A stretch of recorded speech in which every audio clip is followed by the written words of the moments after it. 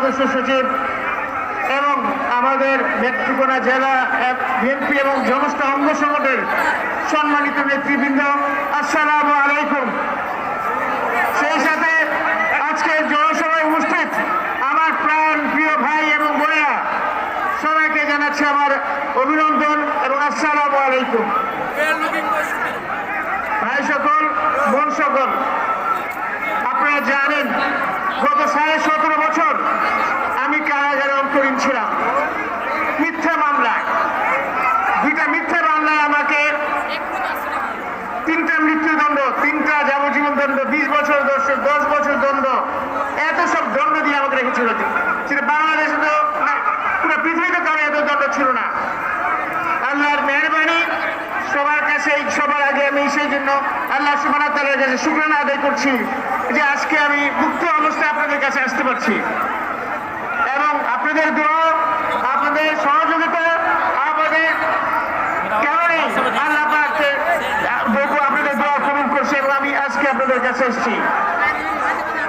ভাই সকল, আপনারা জানেন ছাত্র জনতা বিপ্লবের কারণে, গণঅভ্যুত্থানের কারণে আজকে আমরা নতুন ভাবে স্বৈরাচারকে উৎখাত করছি, ফ্যাসিবাদকে উৎখাত করেছি। এবং এই সময় আমরা, আমাদের নেতা বলেছেন তারেক রহমান, সবার আগে বাংলাদেশ, সবার আগে, সবার আগে।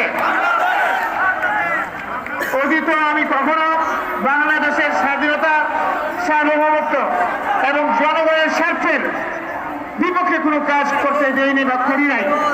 ইনশাআল্লাহ ভবিষ্যতেও আপনার দোয়া আল্লাহ যদি রহমত করেন, বাংলাদেশের জনগণের স্বার্থ, স্বাধীনতা, সার্বভৌমত্ব কখনো আমি গ্রহণ করে দিব না ইনশাআল্লাহ তাআলা। এই 17.5 বছরে তাদের লক্ষ্য ছিল একটাই। প্রথমে ছিল কেয়ারটেকার গভর্নমেন্ট, তারা চেয়েছিল -2 মামলা তারা বাস্তবায়ন করার জন্য আমাকে বিভিন্ন রকম মামলা দিয়েছিল। চেয়েছিল যাতে আমার দেশে কিছু কাজ করে আমাদের নেত্রী বেগম খালেদা জিয়া এবং তারেক রহমান কিছু করতে পারে। আল্লাহর রহমতে আমি ইমানি শক্তি এমন শক্তিশালী করে দিয়েছে আল্লাহ, যে কারণে আল্লাহর রহমতে কেউ আমাকে কিছু করতে পারেনি। পরবর্তীতে আওয়ামী লীগ সরকার এসছে, তারাও একই জিনিস করতে যাচ্ছে বিএনপির বিরুদ্ধে। আমার নেতা